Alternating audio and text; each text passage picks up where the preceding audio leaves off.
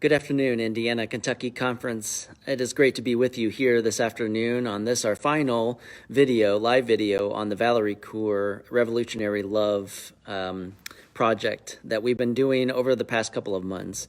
This really came about back in July when we had our General Synod virtual General Synod, and one of our keynote address speakers was Valarie Kaur, and her book See No Strangers has just had a profound impact on thousands of folks. And I really wanted to just dive into all of the words that she utilizes and dives into more depth in this revolutionary love wheel. It's a circle that has three different sections in it, and every section has three words. And we've gone through all 9 of them now as of last week, with Reverend Dr. John Doerr Howard being with us with the word transition. And the final word, which is actually not in the wheel but is on the outside of the wheel, is joy. And that is the word that I bring to you today as our final video, which is a live video with me, Chad Abbott, your conference minister. So to think about joy, Valarie talks about joy as this: it's a core practice that sustains us.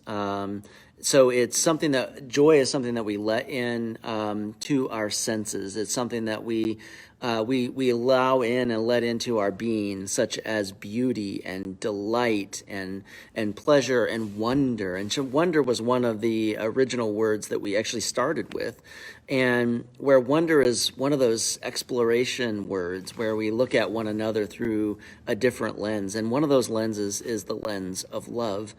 But she extends us now into joy. Joy is it's a practice of allowing those things that bring beauty and delight and all of those things into our lives and celebrating those in spite of all of the challenges that this world brings.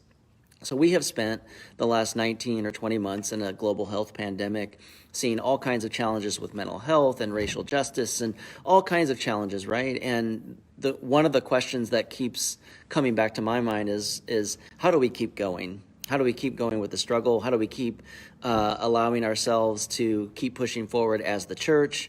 We're seeing a lot of challenges with, our people coming back to church or not coming back to church. And a lot of stress on our clergy, stress on our lay leadership. So how do we keep actually going? And she actually says that the word joy is that one thing that does keep us going. So what are the spaces of delight and beauty that really keep you grounded and keep you moving forward? So I was actually on a staff of a church earlier in my career, that had a 3-tier kind of wording to our mission, and that was to build community, to build economy, and to build mutual delight. And I always loved that third one, mutual delight.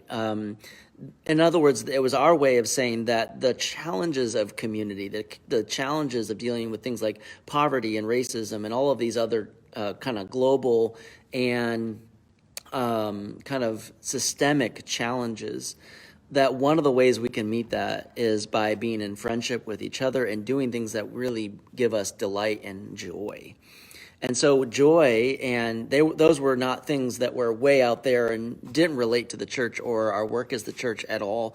Of course, it was actually central to our life. We built mutual delight with each other. And so we gathered in each other's living rooms, and we found ways to have joy together.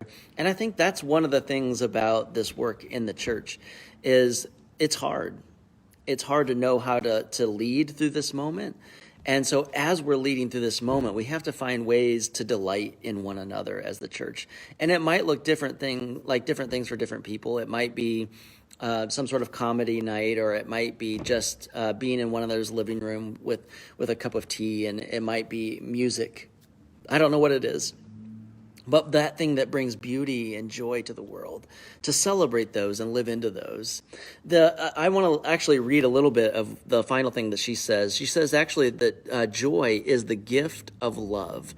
Joy returns us to everything good and beautiful and worth fighting for, and it gives us energy for the long labor. So when we kind of end this video time together, we've gone through all these words, push and anger and rage and all of these challenging words, right? as well as things like wonder and transition. We think about breathe. We think about all of these words. Some of them are light. Some of them carry heavy burdens. And so when we think about relating to ourselves, relating to our neighbor, relating to the wider world, all of that is fraught with trauma and challenge and difficulty. What pushes us through, what gets us through the long labor is joy. The thing that brings us delight and beauty and the way in which we contribute joy and beauty to the world. So IKC, it's great to have spent these last 10 or 11 weeks with you looking deeply into these words. I hope that some of them have actually brought some significant meaning to your journey, your spiritual faith and journey. As we look into the future and we think about what it means for us to be the church, may you take this word joy, live into it, embody it, and allow the things that are beautiful and delightful and the things that bring wonder into your spirit, may they be the very things that ground you and take you and give you the strength to be the church in this time. It's been great to be with you during these last several weeks. Have a wonderful week.